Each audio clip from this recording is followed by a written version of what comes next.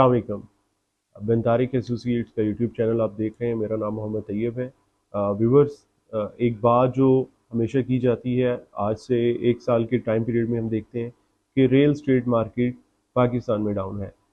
इसके बारे में अगर आप थोड़ी सी रिसर्च करें ऑल ओवर द वर्ल्ड, तो मुख्तलिफ कंट्रीज़ को आप देखेंगे कि उनकी रियल स्टेट मार्केट ना सिर्फ डाउन रही, बल्कि वहाँ पर अगर आप स्टॉक एक्सचेंज या इस तरह मुख्तलिफ जहाँ पर इन्वेस्टमेंट की जा सकती है अपॉर्चुनिटीज़, वो किसी हद तक 2023 के अरसे में डाउन रही हैं।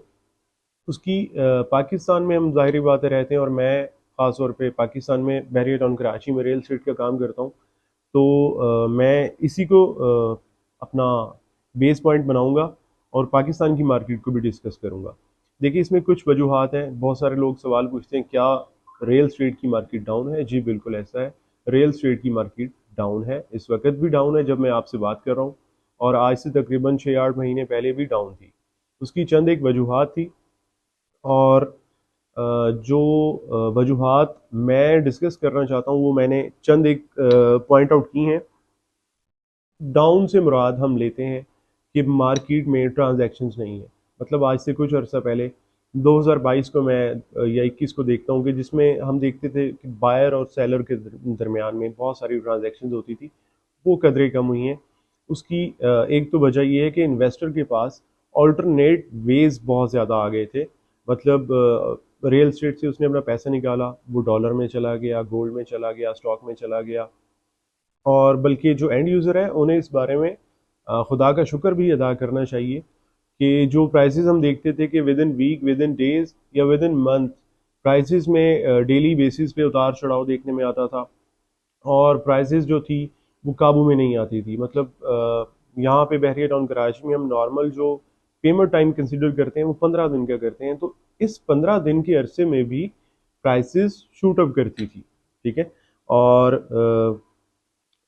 फिर हुआ कुछ ऐसे कि जो इन्वेस्टर है वो मार्केट से निकला। जैसे मैंने पहले बताया कि उसके पास ऑल्टरनेट वेज आ गए, डॉलर की सूरत में, गोल्ड की सूरत में उनकी प्राइसेस बहुत ज़्यादा फ्लक्चुएट हुई, बहुत ज़्यादा हाइकअप हुई। ठीक है। और रियल स्टेट से पैसा निकालने की वजूहात में से कुछ वजूहात ये थी कि हमारी गवर्नमेंट की पॉलिसीज़ उसमें शामिल थी। अ, जैसा कि ट्रांसफ़र फीस, उसमें इजाफा किया गया है, और इसके अलावा एफबीआर की जो टैक्सेस थे उनमें काफ़ी हद तक इजाफा किया गया, जिसकी हमें पेश खैमा ये भुगतना पड़ा कि जो इन्वेस्टर हजरात थे वो मार्केट से निकल गए।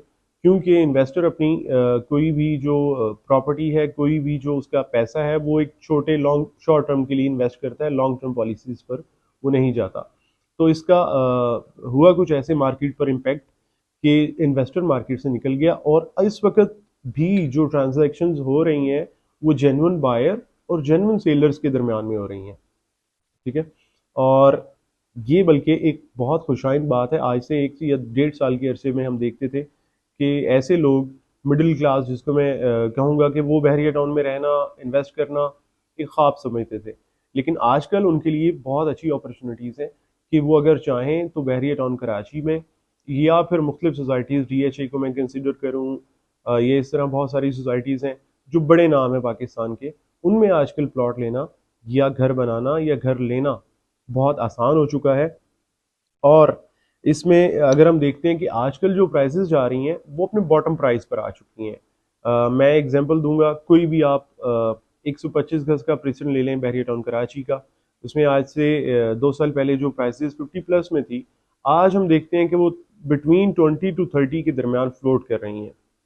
ठीक है। और इसी के मद्दे मुकाबिल अगर हम देखते हैं कि जो बिल्ड प्रॉपर्टी थी वो अपार्टमेंट की सूरत में हो, या वो विलास की सूरत में हो, या फिर वो कोई भी कमर्शियल प्रॉपर्टी हो, हम देखते थे कि कोई भी 2 बेडरूम का अपार्टमेंट, मैं एग्जांपल दूंगा आपको, उसकी प्राइसेस तकरीबन 1 करोड़ प्लस में थी। 1 करोड़ प्लस से नीचे 90 में या 95 में जो हमें प्रॉपर्टी मिलती थी, या वो ग्राउंड फ्लोर की मिलती थी या 6 फ्लोर की मिलती थी, बहरिया टाउन कराची में प्रेजेंट 19 की अपार्टमेंट्स की मैं बात कर रहा हूँ। और इसी तरह अगर हम कंसीडर करते थे विलास को, तो उसमें भी बहुत ज़्यादा प्राइस देखने में हमें आती थी कि 2 करोड़ प्लस में हमें 10A के विलास, कायद विलास, या फिर 200 लैक्स के अराउंड में हमें 11A के विलास देखने में आते थे। लेकिन आजकल उनकी प्राइसेस बहुत कम हो चुकी हैं।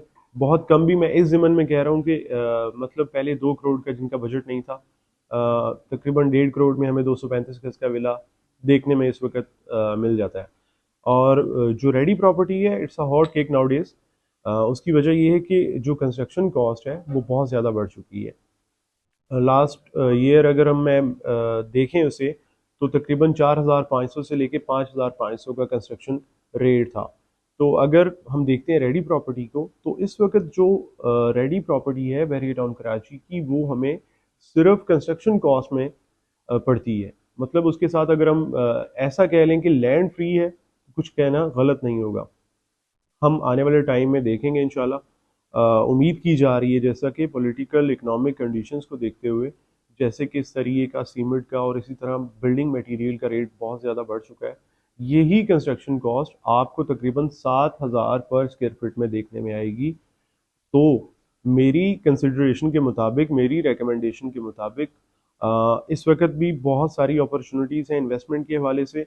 मैं लेकिन ख़ास तौर पर रेकमेंड यही करना चाहूँगा कि आपको इस वक्त रेडी प्रॉपर्टी की तरफ जाना चाहिए, जिसमें आप कम अज़ कम रिहाइश इख्तियार कर सकें, वरना फिर ROI अच्छा गेन कर सकते हैं आप उससे।